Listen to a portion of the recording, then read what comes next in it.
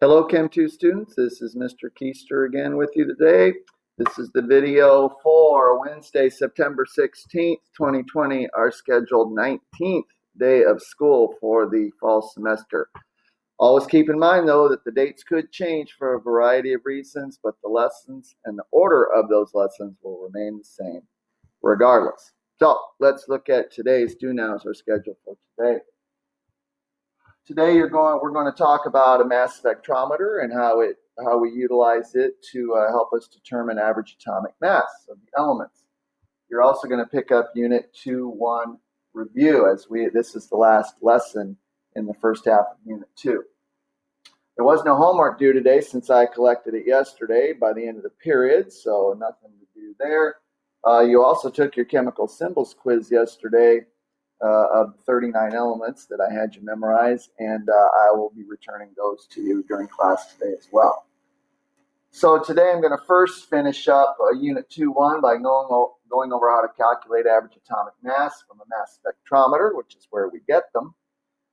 You'll have a very short assignment over this that is due tomorrow. You're then to take the remaining class time, hence the board partial workday, and work on your Unit 2-1 review. This assignment is also due tomorrow, and I will be collecting that one for a grade. I would also like to say that we are not going to have a test over just Unit 2-1. We're going to start Unit 2-2 tomorrow, and we will have a combined Unit 2 test over Units 2-1 and 2-2 together because both of them are fairly short. So that's what we'll be doing there. I've also opened your next mastering assignment, Unit 2-1, Atomic Structure. That is now on and ready for you to get going on that. It is due this coming Monday, September 21st by 7:30 a.m. So let me go get the board ready here, and we'll get going on today's lesson.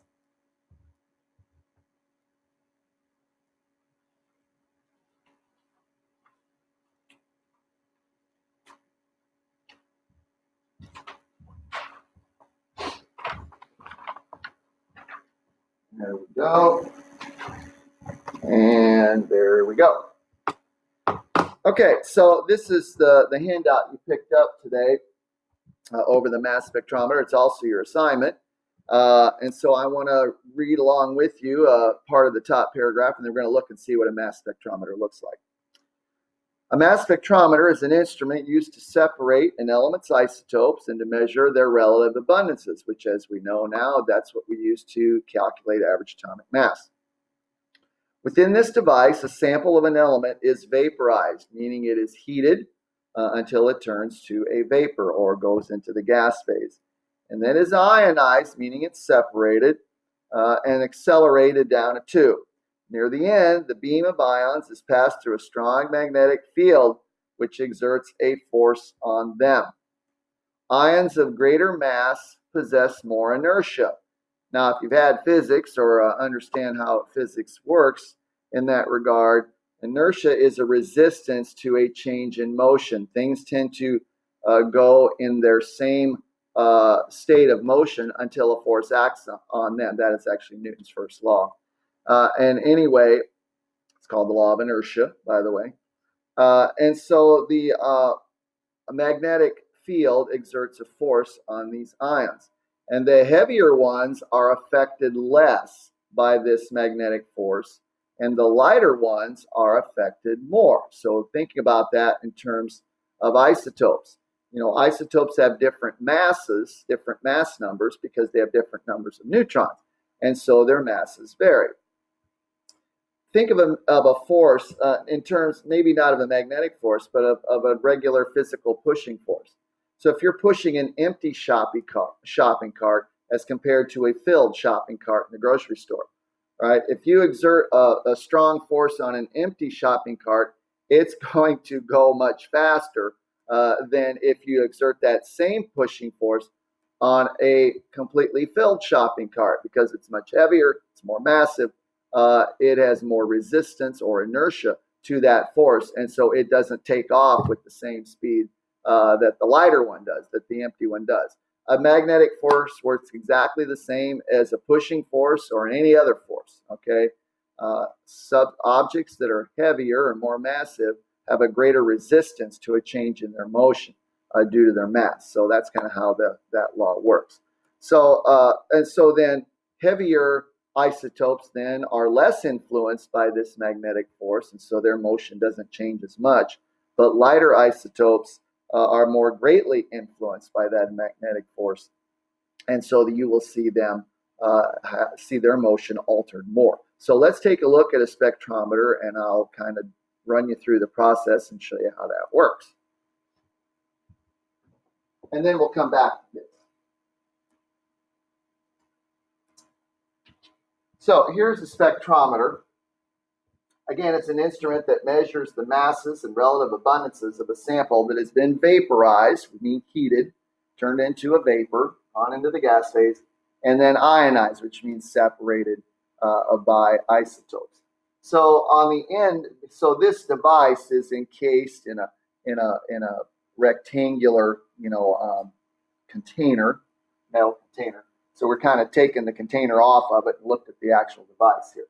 So the gas sample, after it's been vaporized, is injected on the end, and it runs through an electric current here that ionizes the gas, separates it. As you can see, here it is, here entering, and now you can see the definite separation. It's showing the larger isotopes of this element as the larger red circles or spheres, and the smaller isotopes as the smaller blue spheres. So according to this, it looks like this element has two isotopes. Of course, one that's heavier than the other because it has more neutrons, greater mass number. So the particles then run through this slit, which is charged, and it kind of draws them closer together, as you can see. And now, so the beam is more concentrated, and then it runs through between these two magnets, which creates a force, a magnetic force, on the ions, on the isotopes. Now look here. So as we're going through this magnetic field, and a force is exerted on these isotopes, the red ones, their straight line path here through this magnetic field is altered somewhat. So you see they're going straight, and as they pass through the field, the bigger ones deviate a little from that normal straight path. But now look at the lighter ones, the little blue ones. As they go through, going straight through that magnetic field, now their course has been altered much more greatly by that magnetic force. Just like a lighter shopping cart is exerted more greatly by a pushing force than a filled or heavy shopping cart is. And so their path is deviated or altered much more. Then when you get to the end here, here's where all the lighter ones are. Here's where the heavier ones are. They are counted, all right, based on the amount of density, how dark the appearance of the diagram is here. It's like an X-ray kind of. And the relative densities of these two areas is compared, and a percentage for each is then determined. All right, so that's based, and that's where those percentages come from that we work with in determining average atomic mass. So let's go back to our assignment paper, and we'll continue on with that. Okay. So once that spectrometer, the sample is passed through there, and the densities on the screen are tabulated into percentages, there's a little printout that comes out of the machine, out of the spectrometer, and it looks like this, all right? So examine the three mass spectrograph readings illustrated below and answer the questions that follow. Note that the upper scale of each spectrograph shows atomic mass in AMUs, all right? So that's up here. And below each spectrograph, the percents of the various isotopes present are given. So down below are the percentages. So as we look at this first one, which is just a sample. Actually, it's not real because all elements have at least 2 isotopes, all right? Most have, as we said the other day, 3 to 5, and a few have even more than that. But anyway, what we're looking at here is one reading right there, which says 100 down here, so that's 100%. So apparently 100% of the isotopes have a mass number of 27. Like I said, this is kind of fictitious because no element only has 1 isotope. But anyway, if we were to assume this was true, and we look up on the periodic table an average atomic mass that's close to 27, as I glance over there at the big one, aluminum's 26.98, its average atomic mass. So based on this, I would say that this element is aluminum, all right? So now let's look at one here that is realistic, all right? So, and notice here that this bar is very thick. That's because all the isotopes were of the same mass, all right? Now, as we look here on this next one, letter B, we see 3 isotopes, all right? Notice the bands here are both about the same thickness. That's because the percentages are about the same quantity. And this one here is much thicker because there's a lot more of them. So let's take a little closer look at that. So here we have our first bar, so to speak. It shows that 11.2% of the isotopes have a mass number of 26. 10.3% of the isotopes have a mass number of 25, and 78.7%, a much larger percentage, hence a much thicker bar, have an average atomic mass of 24. So think about that. Most of the isotopes have a mass number of 24, a few are 25, and a few are 26. So just based on that, not even doing the calculation, based on that, it would appear that the average atomic mass would be close to 24, but since the other 2 are bigger than 24, it would be somewhat larger than 24. And if we look at the periodic table and find an average atomic mass that is a little bit higher than 24, but certainly not 25 or 26, you can see right away that it's magnesium. Magnesium's average atomic mass is actually 24.31, and which then makes sense that this, we would be looking here at a spectrograph of a sample of magnesium. Okay? As we look at the last one here, looks like we have 4 isotopes. All right, this is the letter C. A very small percentage, 2.38%, has a mass number of 54. A slightly larger percent, 9.55%, has a mass number of 53. A great majority, hence again the thicker bar, 83.8% of the isotopes have a mass number of 52. And again, a small percentage, 4.31% of the isotopes have a mass number of 50. So again, based on this, without doing the math, which we're going to do here on the back of the page here in a little bit, based on these percentages, the average atomic mass of this sample is obviously closest to 52. A small percentage is less than that at 50, and another almost 12% is greater than 52 or 50, which is either 53 or 54. So again, without doing the math, it appears to me that our average atomic mass would be closest to 52, but slightly higher.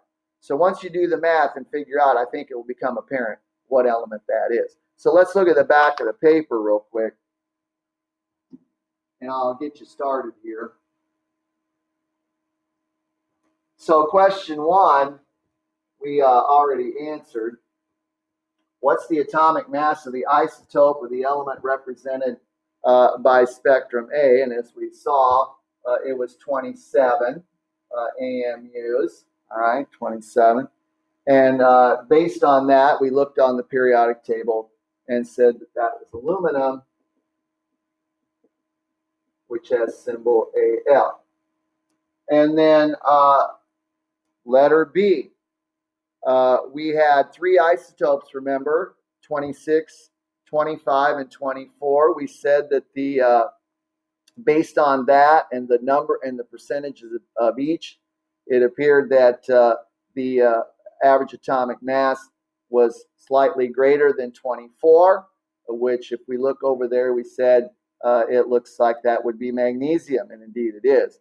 And so it wants to know what are the symbols, including superscripts and subscripts for the isotopes in spectrum B. So they're asking us for isotope notation. So for magnesium 26, it would be 26 and 12. Magnesium 25 would be 25 and 12. And magnesium 24 would be 24 and 12. We've done that already.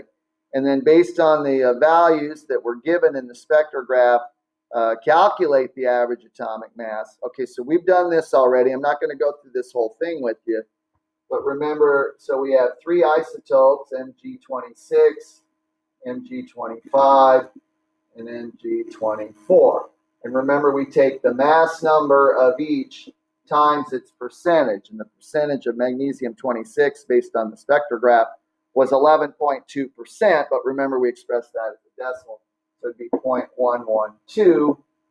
And again, we don't round here yet. We talked about that yesterday, too. Remember, we round at the end. We're rounding by addition, but again, to keep it consistent, we round all those off to 2 decimal places, as most of the ones on the periodic table are rounded that way. So I'm going to let you continue on with magnesium, and then go ahead and you can do question 3. All right. I would point out that here on question 2C, which isotope deviated most from its straight line paths? Remember, when they go through that magnetic field, the lightest ones' paths are altered or deviated the most by that magnetic force. So whichever isotope is lightest would deviate the most, and on the other hand, whichever isotope is heaviest would deviate the least. So this is asking which one deviated the most. Well, as you look at the 3 isotopes, which one has the smallest mass? Not the smallest percentage. We're talking about the size of the isotope. The one with the smallest mass is the one with the smallest mass number, which would be magnesium 24. All right, so we'll go ahead and answer that. Deviated most, again, that would be the lightest one, and that would be magnesium 24, or you could write it in isotope notation, of course. All right. So I'm going to have you finish the calculation here and then have you go on and do number 3, which involves spectrograph C.